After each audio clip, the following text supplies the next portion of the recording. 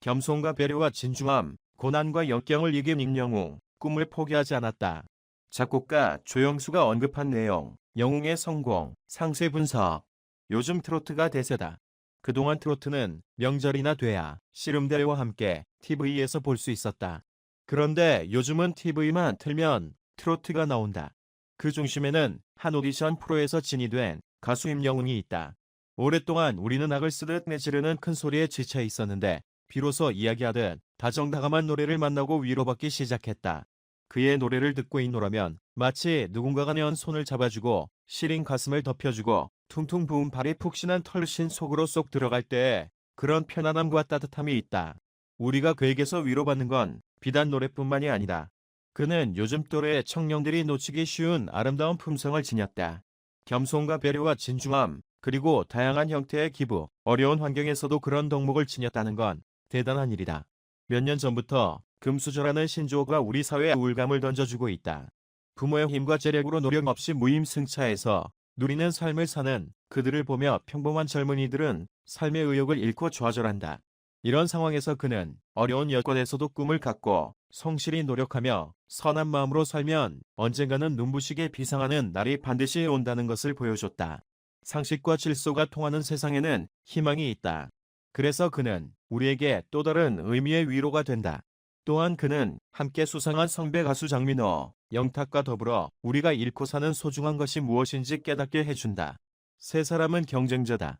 그러나 그들은 서로 격려하고 칭찬하고 상대의 잠재 능력을 끄집어내서 높여준다. 그들의 끈끈한 우정과 의리는 함께 가야 오래 갈 수 있다는 것을 보여주고 있다. 그들은 긴 무명 시절을 겪으며 갈증과 결핍으로 포만감을 느껴본 순간이 별로 없었을 텐데도 이제 비로소 받은 진수성찬 앞에서 허겁지겁 욕심을 채우지 않는다. 상대방의 빈 접시에 음식을 덜어주고 서로서로 맛있게 먹는 걸 지켜보며 미소 짓는 여유와 배려가 있다. 그들은 자신의 노래가 많은 사람에게 위로가 되고 있다는 사실에 기뻐하고 감사해야 한다. 그들은 한결같이 지극한 효심을 갖고 있다. 몸이 불편한 아버지와 홀로 긴 세월 견뎌온 어머니를 위해서 성공하고 싶었고 그래서 더욱 성실했다. 어려운 환경에서도 앞이 보이지 않는 오랜 무명 시절을 겪으면서도 그럼에도 불구하고 그들이 보여준 반듯한 삶의 자세는 그들의 노래와 함께 우리에게 위로와 감동을 준다. 다 갖춰진 상태에서 그래서 행복하고 그래서 성공하는 건 누구나 할 수 있는 일이다. 장르의 경계가 없는 스타 작곡가 조영수. 미스터 트롯의 A급 마스터로 프로그램의 위상을 끌어올렸다. 미스터 트롯에서는 경연 내내 담겨진 활시위, 같은 몸으로 비옥한 목소리를 뽑아냈던 임영웅의 목소리는 빠져들 수밖에 없어요. 이야기하듯 노래하는 건 연습만으로는 안 됩니다. 타고난 거죠. 매력적인 목소리에 힘들게 코로나 19를 견디는 지금 우리는 그 어느 때보다 그럼에도 불구하고 건강한 삶을 사는 사람들을 보고 싶다. 그래야 지치지 않고 위로받고 힘을 얻을 수 있으니까 그들이 그 역할을 착실히 해내고 있다. 우리가 그들에게 열광하는 이유가 그동안 편견의 벽에 갇혀있던 트로트의 매력을 알게 해주었기 때문이기도 하지만 무엇보다 젊은 그들이 보여준 삶의 태도다.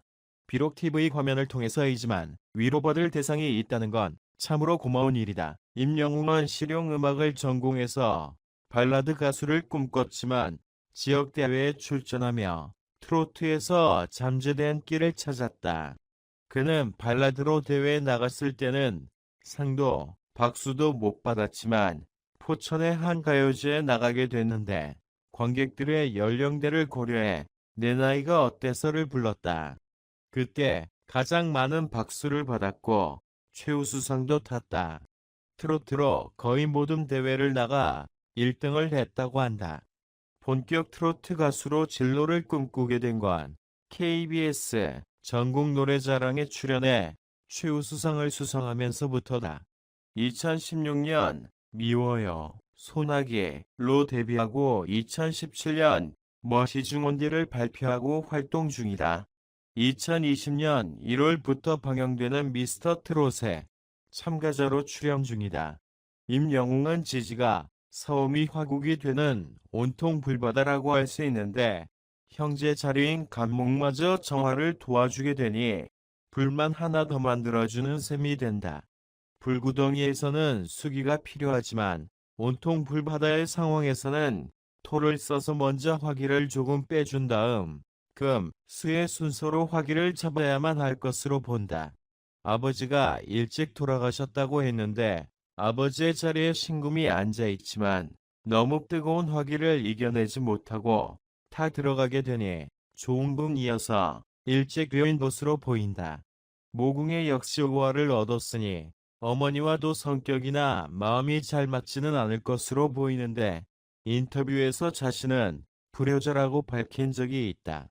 어머니와 맞지 않다기보다는 비겁들 사이에서 인수가 힘든 사주이니 어머니가 도와주지 못하면서 힘든 일을 많이 겪었다고 보아야겠다.